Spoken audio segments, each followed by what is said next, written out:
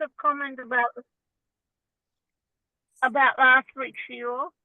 Hang on a sec. Let me just introduce it yet. We're going to start just recording now.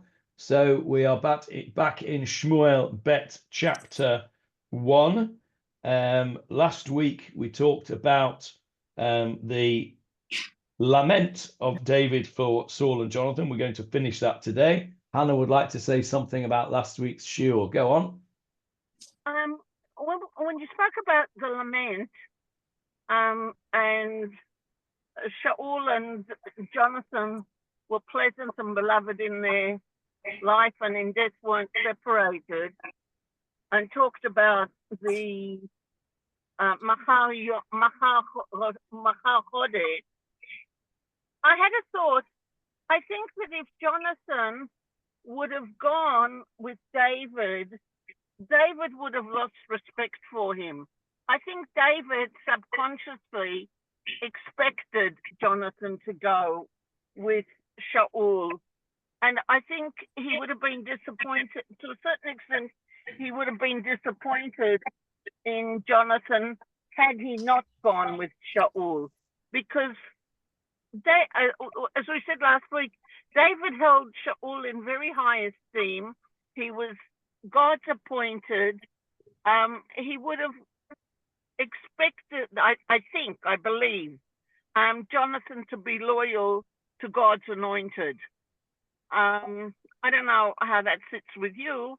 I think I agree with you. I think it's clear that David expected loyalty to the king. We know that because of the way he treated the Amalekite lad who was not loyal to him. We know it because his own troops, he said, no, we're not going to touch him. When his own troops wanted to kill Shaul, he wouldn't let them. I think you're probably right. I think there was a huge conflict, both for Jonathan and David here. More for Jonathan, of course, because it was his father as well as his king. But I agree. I think you're probably right. I think that David would have expected Jonathan to go with his father. And perhaps, Hannah, that's why David remains loyal to Jonathan. And as we will see in later chapters, David remains loyal to Jonathan's family as he goes on. David fulfills his promise to Jonathan that their families will be connected forever. We'll see that later on. In fact, we will make reference to it today, even. So yeah, I agree with you, Hannah. I think that's a correct observation. Right. Now then, let's go back to the lament, because we're going to finish the lament today. Let's get the lament on the screen first of all. There we are. Can you see that? Yeah, good. Okay, so you remember we had the chiastic pattern here, A, B, X, B, A, where X is the crux of the whole thing, and that is verses 22 and 23, where Saul and Jonathan are mentioned together.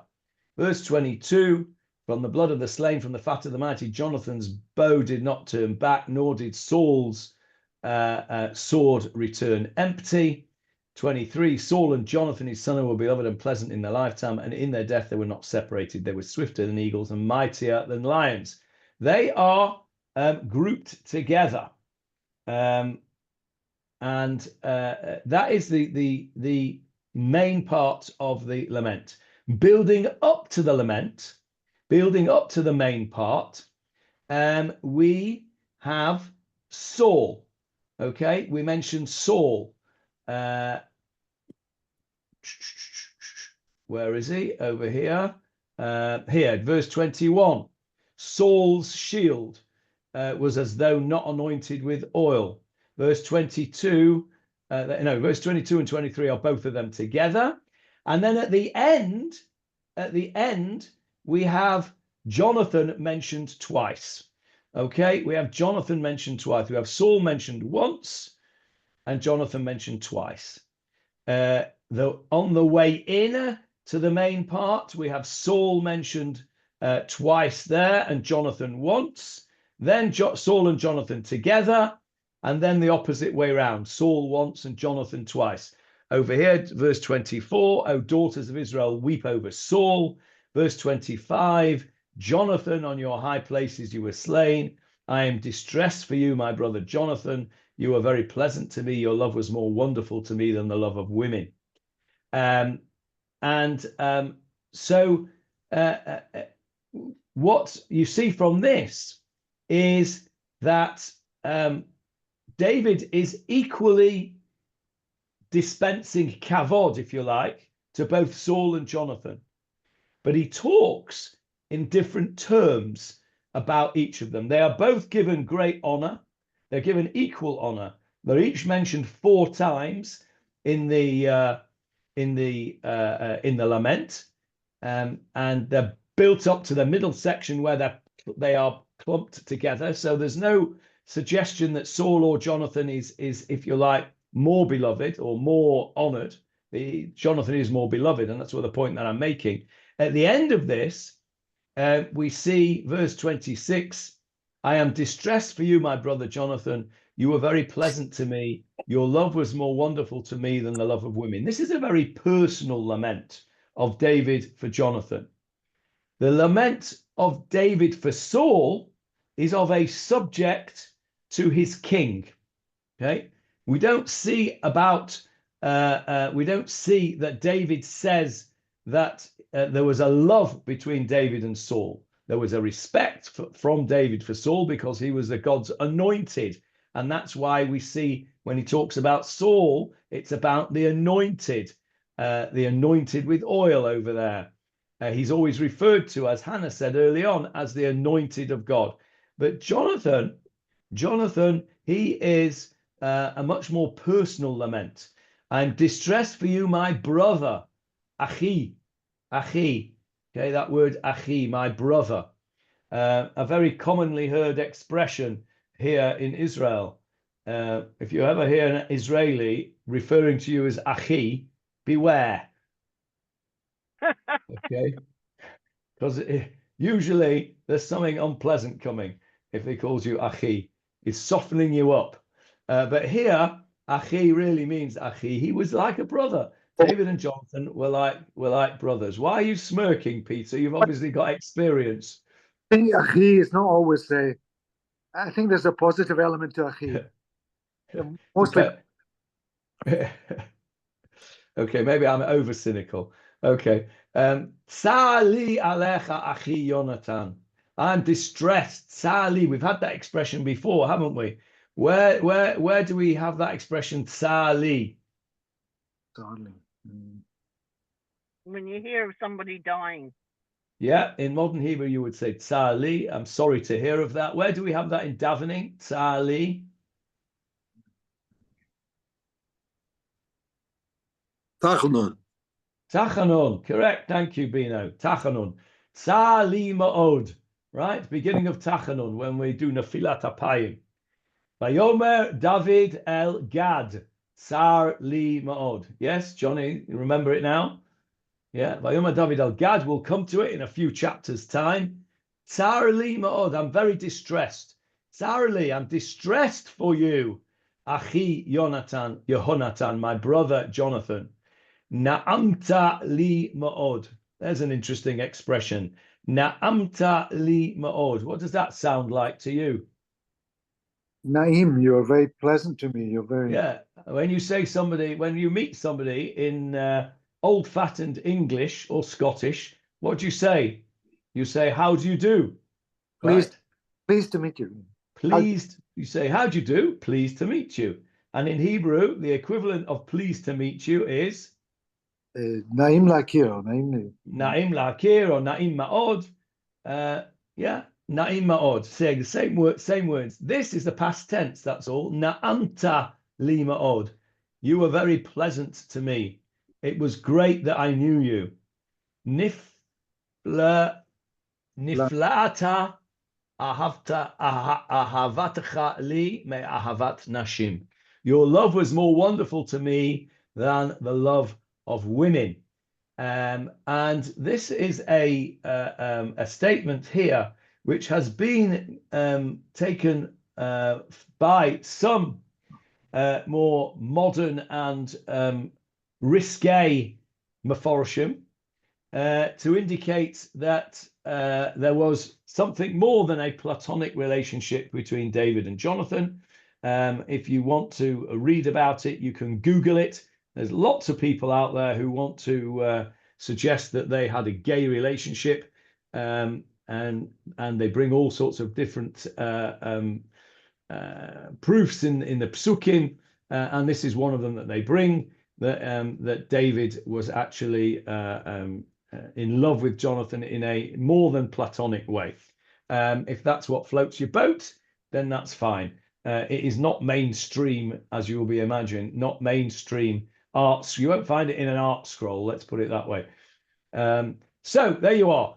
Jonathan was very pleasant to David. He's lamenting his best friend. He's lost his friend, and you can feel the pain. You can feel the love there, and it's a beautiful expression. And Eich naflu giborim. This is the bookends of the lament. We started off with how the mighty are fallen, and we've here we go. Excuse me. We started. Thank you. We started in verse 19, the beginning of the lament. Hatzvi Yisrael al bamotecha chalal. The beauty of Israel on your high places lie slain. Eich naflu giborim. How the mighty have fallen, and the chiastic structure of this lament is completed by Eich naflu giborim, the same expression at the end of the lament. How the mighty are fallen, vayovdu klei milchama, and the weapons of war have perished. In other words, they've lost the war, and it's a great tragedy. So that's the end of David's lament. And what must David do at this point? He must stand up, brush himself off, and move on, because there is an existential war to fight here. The Plishtim have routed the Israelites. David, was not allowed to be involved in this, because he was sent back by the Plishtim. He tried to be a fifth column, if you recall, and he was sent back to Ziklag, and he wasn't part of it. But now Shaul is dead. Who was Shaul? Shaul was the king of Israel. King of Israel. But at that time, Israel was, at least on paper, a united kingdom. We now see the first split of the kingdom. If I were to say to you, when did the kingdom of Israel and Yehuda split apart? You would all say to me, what? After Shaul, after Shlomo. After Shlomo. Yes, of course. You would all say that after the reign of King Solomon, the kingdom split into the southern kingdom of Judah and the northern kingdom of Israel. And we all know that.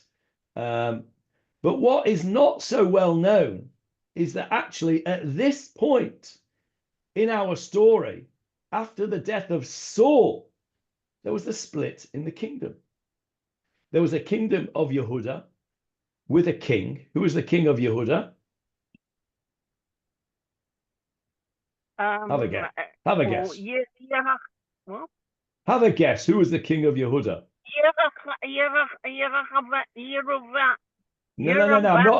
No, I'm not talking about after the death of Shlomo. I'm talking about now, after the death of Shaul. This is the first split in the kingdom. This is not so. Okay, Ishbosheth was not the king of Yehuda. Ishbosheth was the king of Israel. Who was the king of Yehuda? Have a guess. David. David. Well done. Okay. So now we've got a situation we're going to see where we have the first split of the kingdom of Israel. Not so well known as the second split. David is presented with a situation where he has a split kingdom, and he now has to attempt to bring the two sides together in a peaceful manner and to unite the kingdom and have a first, as it were, Jewish commonwealth in its totality. And he is successful, but it's not without a lot of bloodshed on the way. So we need to, what we're going to see in the next chapter is the how this worked, how David came to be king of Yehuda, how Ishbosheth, the son of Shaul, came to be king of Israel, and how David, over a period of time, managed to unite the kingdom and be crowned as king of all Israel. David Melech Yisrael. Again, we've said this many times, but the confusion is that the northern kingdom is referred to as Israel. So sometimes when we refer to the kingdom of Israel, we are referring to the northern kingdom. And sometimes when we refer to the kingdom of Israel, we're referring to the entirety of Israel, including Yehuda. And it's very confusing. It's a bit like another massively confusing thing which we have come across in our tefillah shir over and over again. And that is the fact that Ashkenazim daven using mainly two nusachot, nusach Ashkenaz and nusach Sfard. The fact that it's called nusach Sfard, which is one of the nusachot of the Ashkenazim, is massively confusing. If I could go back and change something, I would call that nusach HaChasidim, which is where it originated from, because then we would not get it mixed up with the nusach of Eidot HaMizrach or the nusach of the Sfaradim.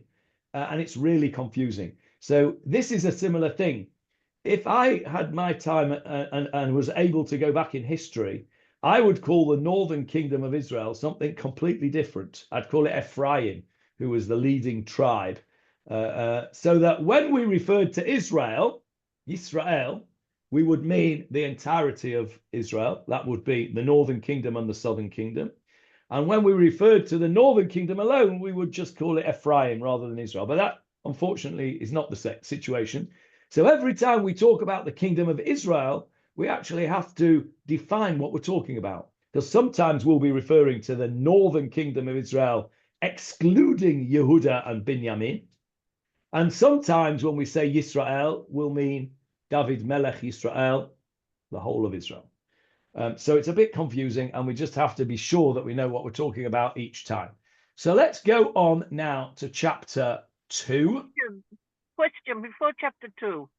Yeah. Last week when you read a portion, you lined it.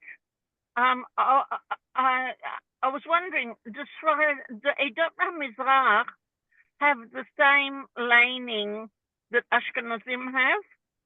Do they read the Torah on Shabbat with the same ta'amim that Ashkenazim do?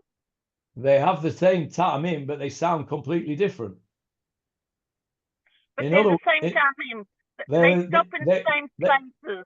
They are the same ta'amim. If you look in there in a Sfaradi Chumash, you will see the same mapach, pachta, pashta, zakev katon, zarka, etc.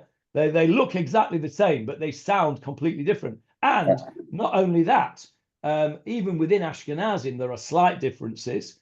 For example, the way I lane is based on the Yekisha minhag, taught to me by the great late Rebbe Bolkin. And Johnny would lane the same way because he was taught by the same person. The Israeli way of laning is slightly different. Not that vastly different, but slightly different. There are a few differences. And when it comes to the Sfardim, there's all sorts of different tunes. In our shul, we have Tziel, who lanes beautifully in the Tunisian tune. And then we have other people who lane in the Moroccan tune, which is different completely, both for the Haftarah and the laning itself. So all of these tunes have grown up in different places. And it's actually fascinating to trace the history of it, because you can hear, when you hear the different types, you can hear that there is huge influence from where we were. So all of, I mean, this is shame Frank's not here, because this is Frank's big subject. The music of the liturgy is very much influenced by where we come from. If you listen to, if you go to Ein Kol Chai, the Sephardi shul over there by Menachem Begin Street, and you go and listen to them davening, and you close your eyes, you could be forgiven for thinking you're in a mosque, because they wail like they're in a mosque.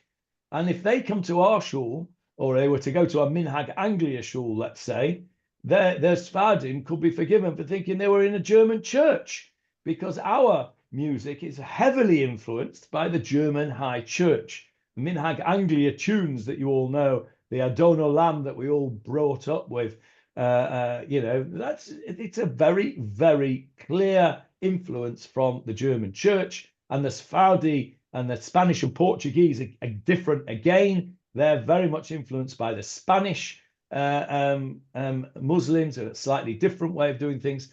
So all of the ta'amim are all influenced by where we've come from. So the simple answer to your question is they lane it in a completely and utterly different way.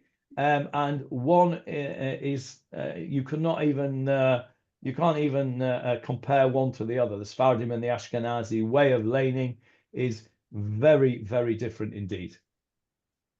Okay. Does that mean that you lined it with a stop after Shaul and Jonathan? Would that mean that they wouldn't stop? Because we learned that our first interpretation of what's written in the Torah is the way it's laned.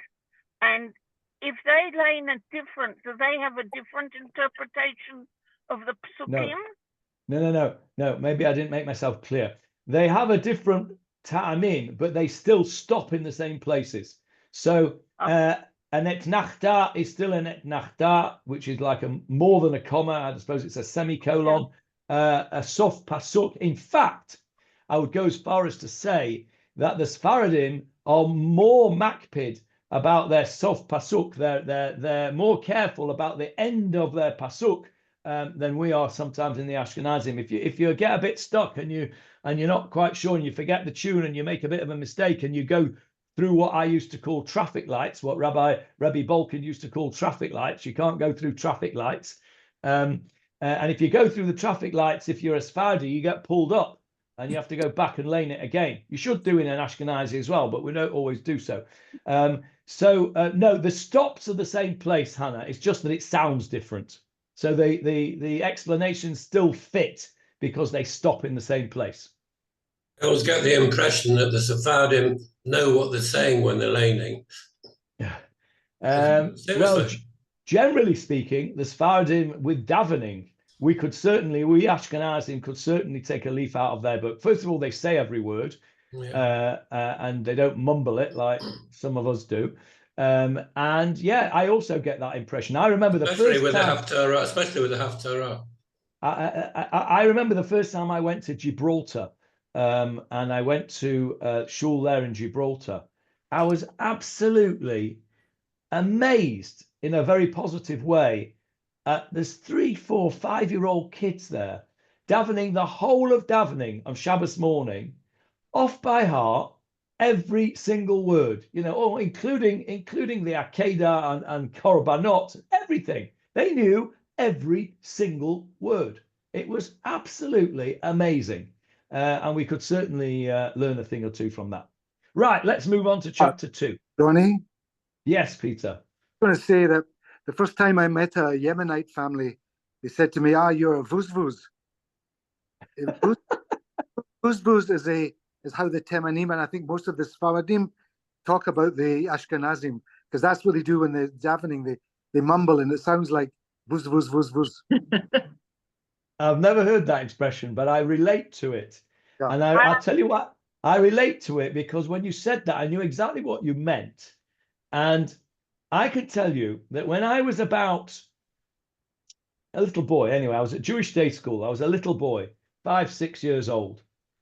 I had a very good friend called Dovey Harris, right? The late Shammai Harris's son, Johnny. You remember Shammai Harris?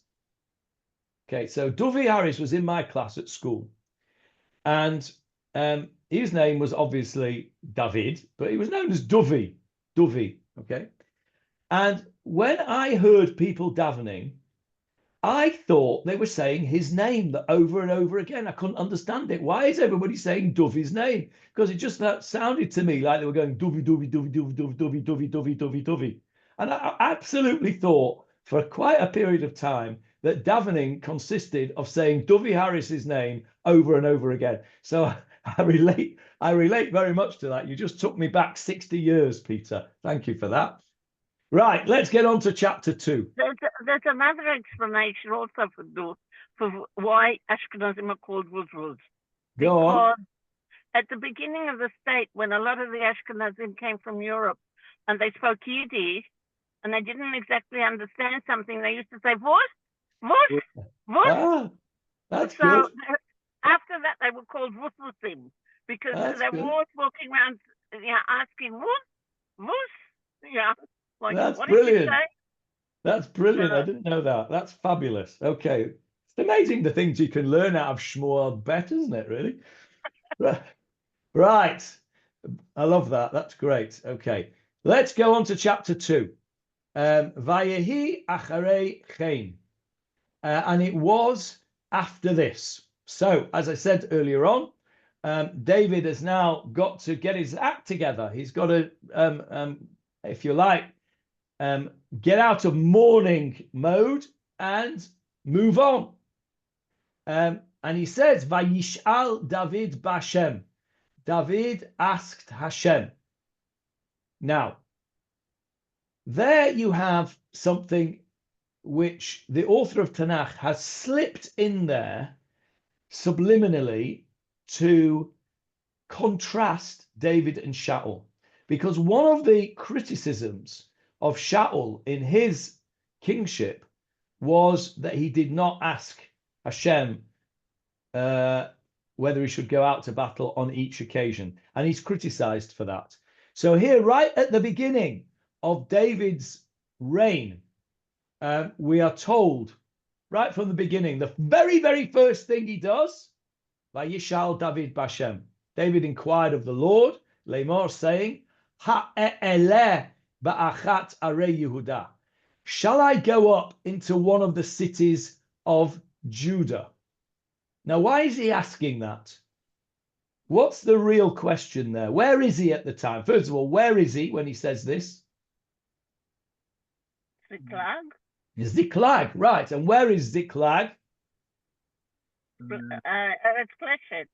It's in the Eretz Plishtim, that's right. It's in Philistine territory. Remember, at this stage, David has been, ostensibly at least, a mercenary for the Plishtim. The fact that the Plishti generals saw through his ruse and didn't allow him to fight the Yehudim, he did fight in all the other things. We saw it in the end of chapter 31 of Shmuel Aleph. So he is at this stage outside of his own territory, and he's in enemy territory. And he's asking Hashem now, should I come clean? Shall I break away from my place in Ziklag, and shall I go up into the cities of Yehuda? Bearing in mind that he knows, because he was there, that he has been crowned in a private ceremony, or been anointed in a private ceremony as king of Israel, prior to the death of Shaul and prior to the death of Shmuel. So, and so he's asking, is it now time for me to go up and take up my position? Shaul is dead. Remember, David was crowned before Shaul died, but it was only a private ceremony. It wasn't a public thing. It was, I don't know, almost as if it was king in waiting, prince regent, or whatever you want to call it. He wasn't the king, even though he'd been anointed. He's asking Hashem now, is it time? Is this what I need to do? And it's a fair question, isn't it? Because that's really what you would expect. We've now got if you like, we've got a vacancy on the throne. Shaul is dead. Jonathan is dead. It's time now, or is it time? That's what he's asking. Is it time for me to step up? And David is asking Hashem that question. Vayom Hashem elav, and Hashem said to him, Ale, up you go. And Vayomer David, and David said, Ana e'eleh, where shall I go to? Vayomer Chevrona, go to Chevron. Chevrona. If you have an a at the end of a place, it means to. Where have you seen an example of that? Habaita. Very good, very good. That wasn't what I was thinking of, but you're right, Lydia. El Charana. Charana, yes, to Haran. Lydia's one is to the north, to the south, to the east, and to the west. Mitzrayma, yeah, to Mitzrayim. And the most commonly used one, Habaita. Habaita, to the house, yes. And Arza, Arza, to the land, meaning to the land of Israel. So Chevrona means go to Chevron. Now, why would Hashem suggest that Chevron was the place to go for him to start his reign? Why is specifically Chevron? Because the Avot are buried there. All right, that's number one. It has a very clear religious significance. The Avot are buried there. Okay, and therefore, I mean, if you think about it, all of the capital cities, because Hebron, as you will see, became David's capital city. All of the capital cities have religious significance. Yerushalayim is the capital city because it has in it what? The Beit HaMikdash. The Beit HaMikdash. When we talk about the second split of the kingdom after King Solomon's death, you will see that the northern kingdom of Ephraim, as I'm going to call it, set up their capital and set up a temple in their capital for the same reason. There needs to be some religious significance to the capital city. And so Hebron is the obvious choice because it's there already. It's in the territory of Yehuda. Let me share with you something which we haven't seen for many, many months. But I happen to know it's a big favorite of Johnny Halpern's. So it's going to make him very happy. I'm going to share with you. What am I going to share with you, Johnny, that's going to make you happy? Map. The map. Correct. There it is. There's Johnny's map. I always think of this as your map, Johnny. There is the kingdom of Judah. Rabbi Stein sells this map. Yes, he's got that map. That's right. So there's the kingdom of Judah, as you can see. And there is Hebron. There is Hebron. So, of course, Yerushalayim, which is on this map, this is obviously a later map. This actually is a map of the split of the second split. This is a map of the split at the time of after the death of King Solomon, where, of course, Yerushalayim is there as the capital. We are talking about a time before Yerushalayim became capital, because it was only during the reign of King David that Yerushalayim became capital. Before Yerushalayim was capital of the United Kingdom of Israel, Hebron was the capital of Yehuda. There is the kingdom of Judah, and the original capital was Hebron. And the reason that that was the original capital was because of our pasuk here that we have just said. I need to get it back up for you. That David said, "Where shall I go?" And Hashem said, "Chevrona, go to Hebron and make Hebron your capital." What's the other reason why he said he chose Hebron? Because Hebron, because we had land in Hebron. Well, that is partly. That is Yehuda territory, as I've just shown you on the map. Yes, it's right in the middle. It's right in the middle of Yehuda territory. It's safe because all around him, I think this is what you're probably referring to, Hannah. All around him is Yehuda territory. It's his land, and so he's safe there.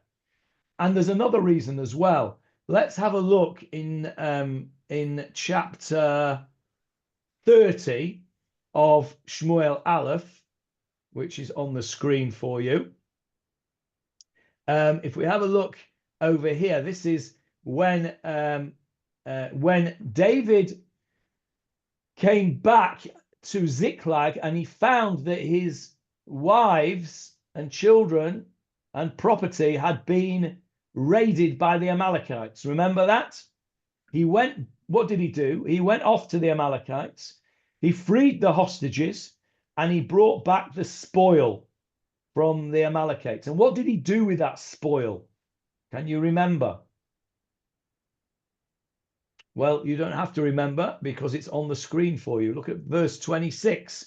Vayavo David el Tziklag, he came back to Tziklag. Vayishlach me hashalal leziknei Yehuda. He sent the spoil to the elders of Yehuda.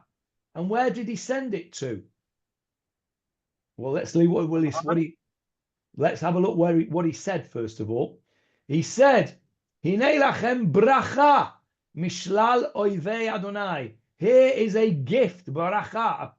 Bracha means a gift. Also, a blessing. It also means a gift. Here is a gift for you from the spoils of the enemies of Hashem. And where did he send it to? He sent it to Bet El. He sent it to Ramot. He sent it to Yatir. He sent it to Ar-Oer. He sent it to Sifmot. He sent it to Eshtemoa. He sent it to Rachal. And he also sent it to Hebron. Look at verse 31.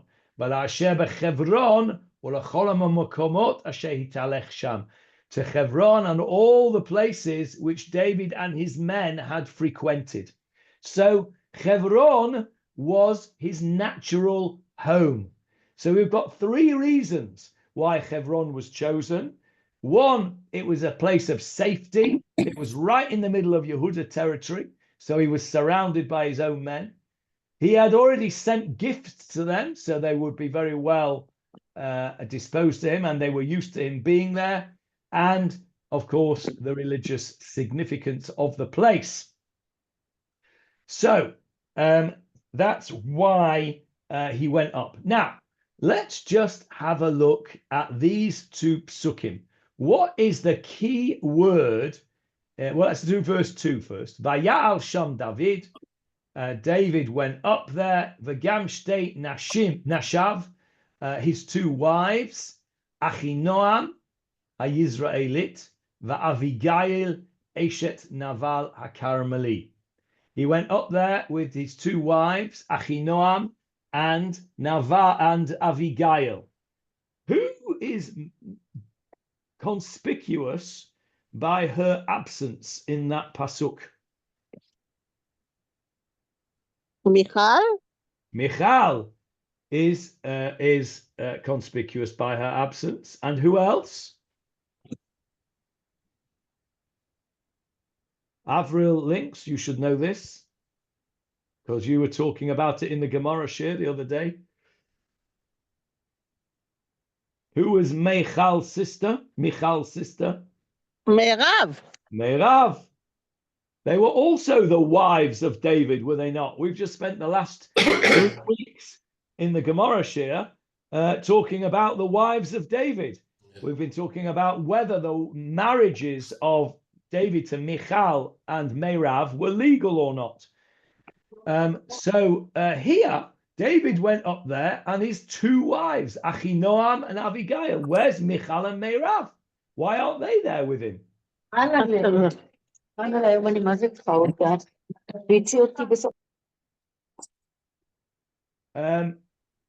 Answer, where's Michal and Meirav?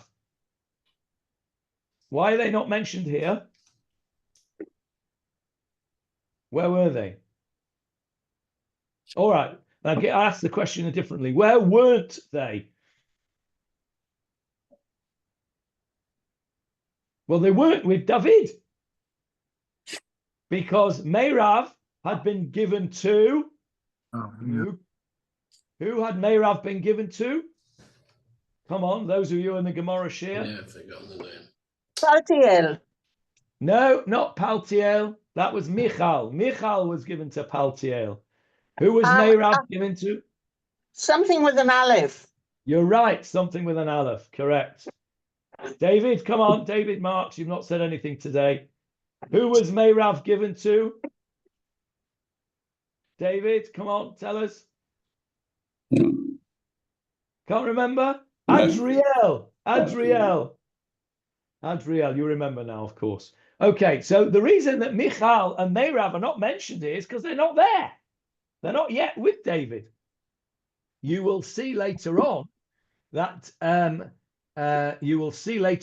actually David sends a message, and we did this in the Gemara Shir as well, sends a message to Ishbosheth and says, give me my wife Michal. Remember that? And the Gemara learns from that it was a real marriage because he calls her my wife. Remember that? So we know from there that Michal and Meirav were not with him. And that's why it's all very consistent that it says David went up there and his two wives, because those were the two wives that were with him. The other two wives were not with him. Achinoam and Abigail. Why didn't he ask for Meirav as well? I'm not sure he wanted Meirav. Okay.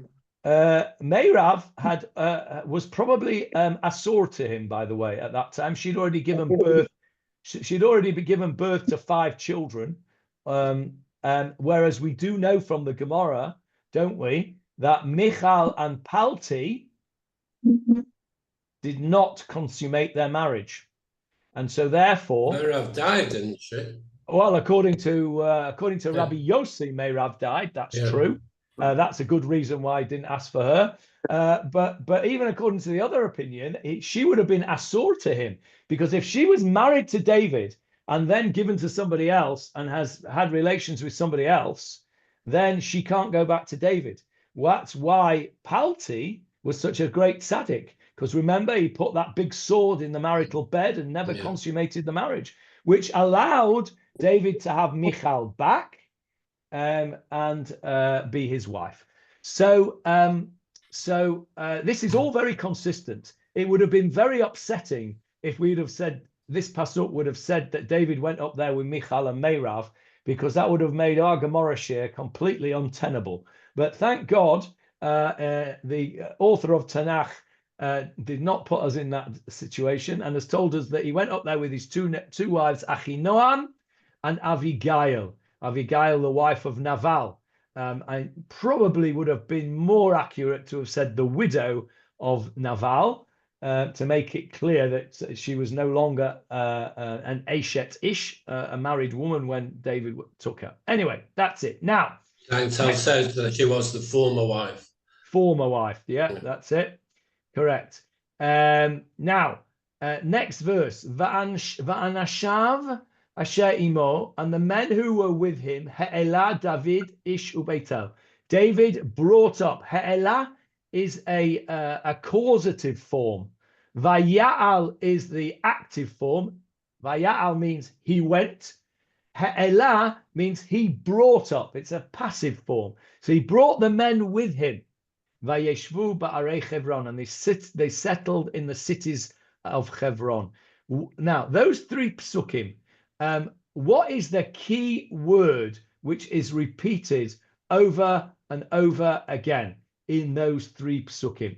It's repeated over and over again. What is the key word? Going, yeah,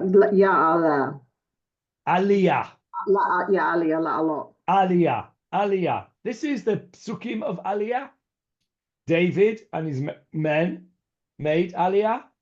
Look how many times we've got this. We've got five times in these three psukim. Ali.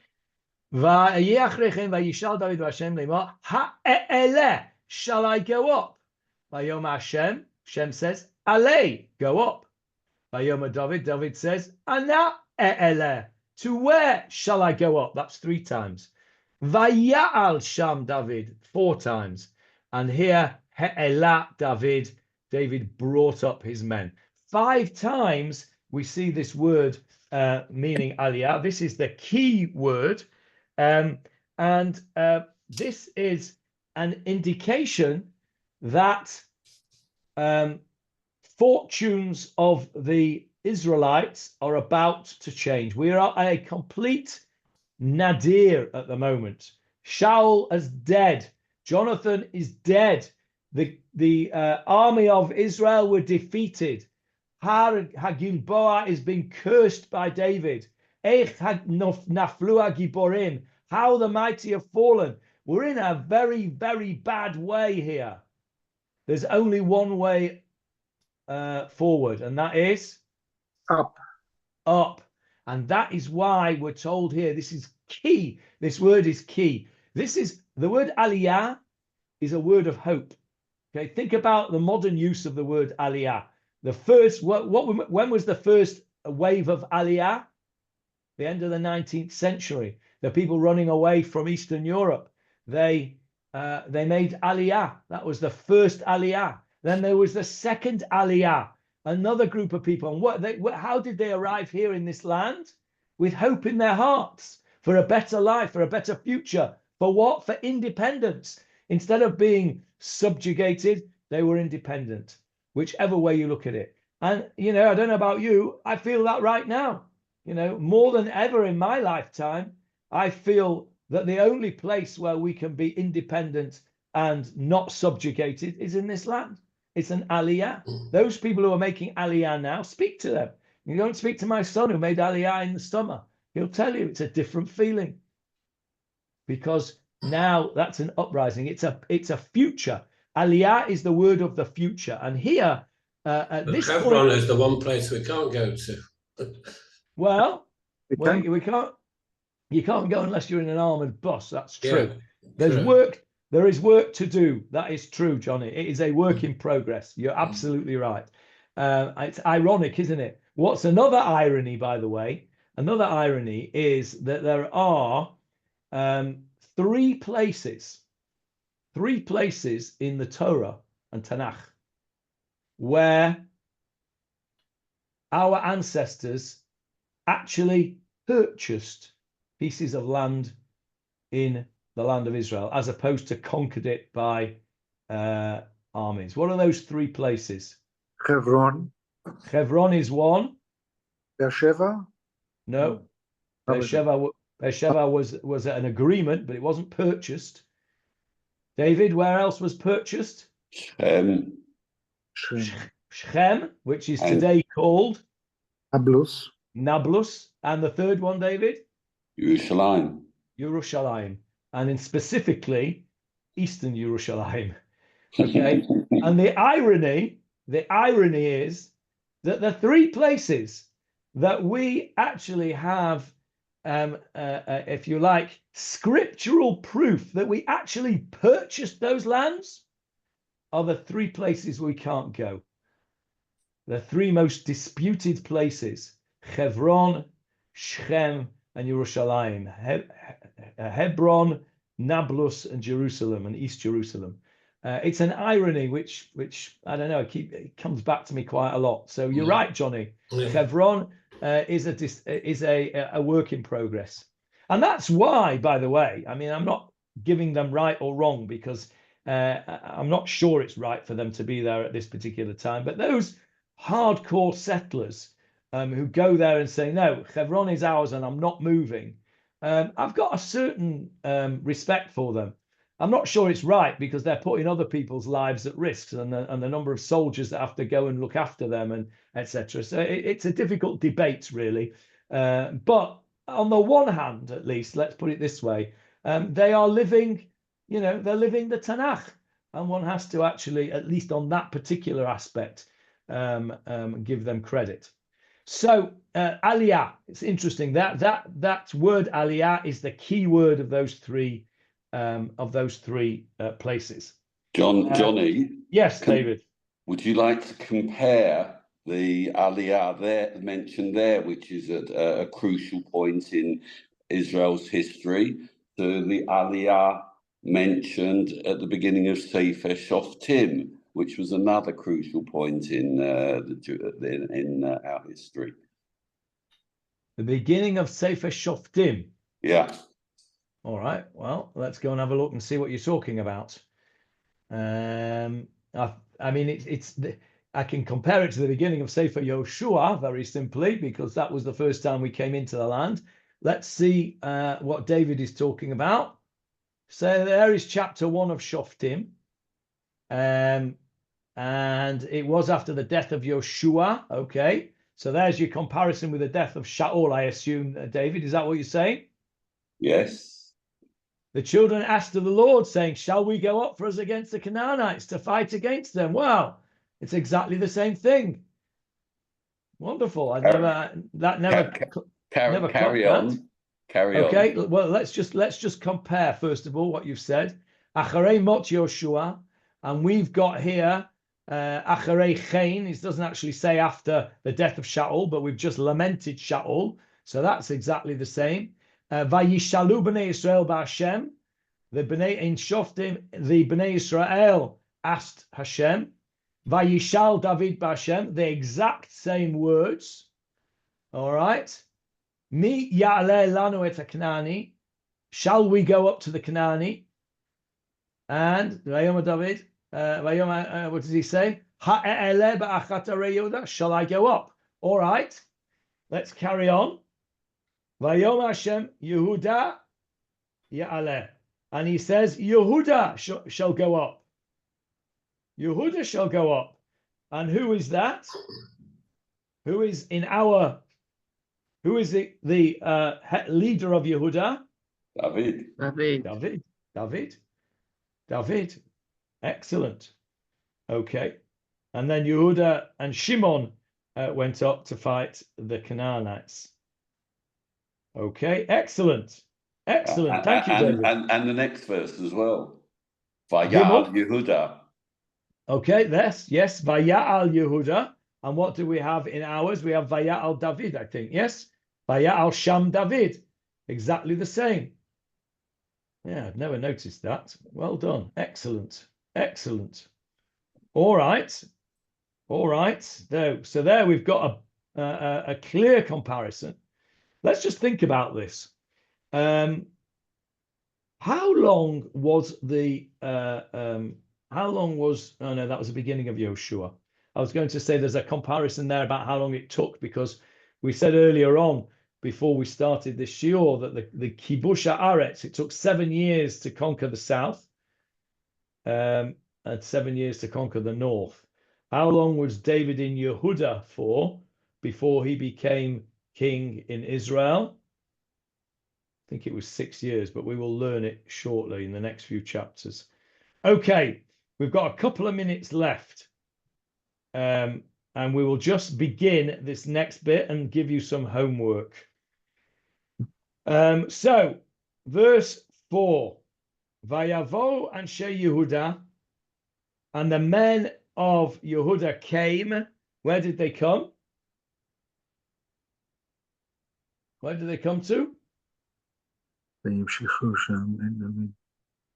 Hebron. They came to Hebron. Vayimshechu sham et David.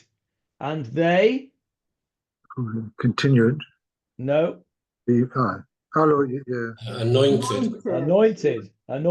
from the word Mashiach, yeah? Vayimshechu sham et David. And they anointed David as king. This is his second go at being king. But he was king of what?